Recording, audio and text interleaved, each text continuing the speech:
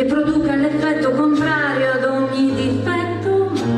Apparecchio per cena, ma al pane preferisco le unghie, al pensiero sottile tra i denti e mi morde la lingua.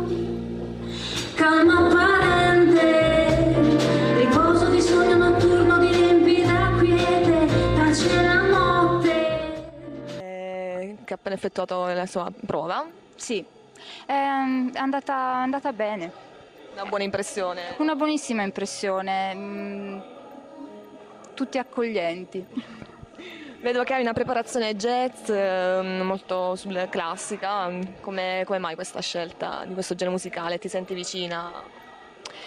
Ma diciamo che ho studiato jazz e diciamo, come impronta stilistica e di studio, perché in passato mi sentivo molto vicina a questo filone musicale, diciamo.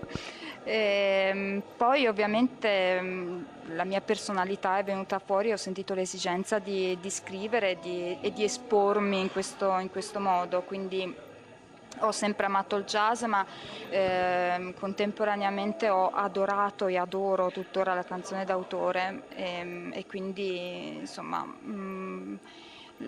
l'ho vissuta e la vivo come un modo di esprimermi, ecco. Ma l'aver vissuto nelle campagne romagnole in mezzo alla natura è influito anche o no?